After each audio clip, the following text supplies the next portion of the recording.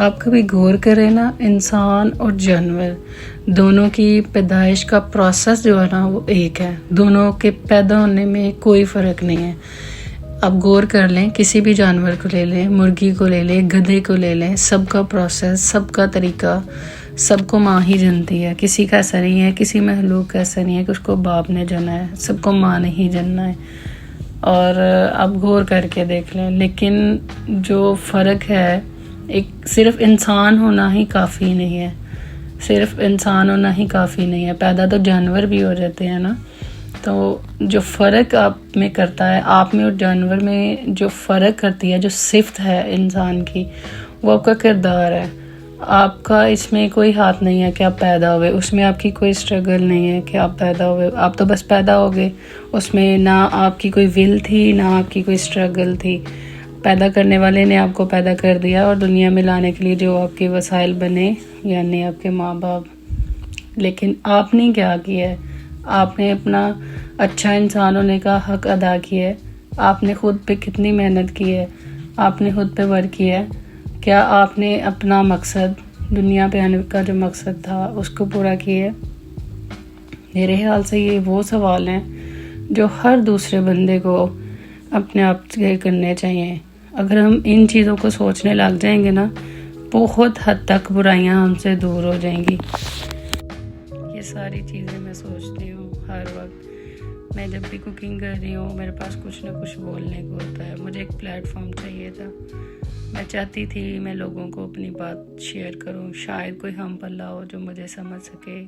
شاید وہ باتیں جو میرے دل میں ہیں کسی اور کے دل میں بھی ہوں.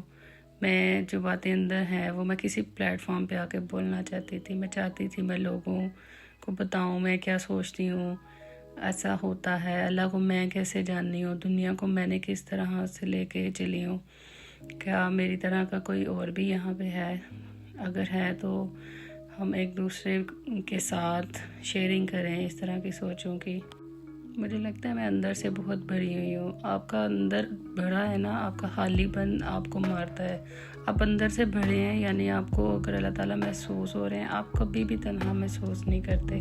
کبھی آپ گھبراتے نہیں ہیں. میری زندگی میں کبھی ایسا نہیں ہوا. ٹینشنز آتی ہیں، اٹ ڈزنٹ مین کہ کبھی ٹف ٹائم نہیں آیا. سب کچھ آتا ہے، لیکن اس کو ٹیکل کرنا آ جاتا ہے. آپ کو، آپ کے اندر ہمت آ جاتی ہے، آپ کے اندر ایک طاقت آ جاتی ہے.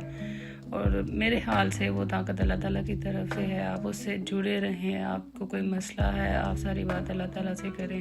میں کام سے کر رہی تھی تو میں تھکی تھی. پھر میں نے کچھ فیڈس انجیر رات کو ہی بھگو کے رکھ دیے تھے. پھر میں نے اس میں کچھ کھجور ڈالی، ہنی ڈالا، اس میں دودھ ڈالا، اور اپنے لیے تھوڑا شیک بنا لیا.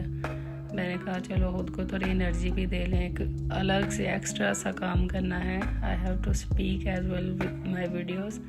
تو میں نے کہا چلو تھوڑے اپنے لیے اسنیکس بنا لوں. اس سے پہلے میں نے اپنے لیے سینڈوچز اور برگرز بنا کے رکھ دیے تھے. ارلی مارننگ بالکل ٹائم نہیں ہوتا یہاں پہ.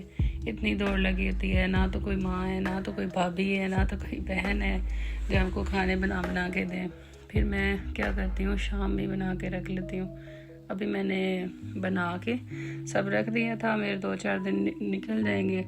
آلموسٹ میں نے فارا ویک کچھ نہ کچھ بنا کے، سیلڈ بنا کے اور شامی نگرس کچھ نہ کچھ بنا کے میں نے فروزن کیا ہوتا ہے، تاکہ میں پورا ویک پھر انہیں کو یوٹیلائز کرتی ہوں. یہاں پہ میرا شیک تیار ہو گیا تھا. اور یہ میرے پاس لیڈز ہیں. مجھے ضرورت نہیں پڑتی اپنے شیک کو الگ سے گلاس میں ڈالنے کی.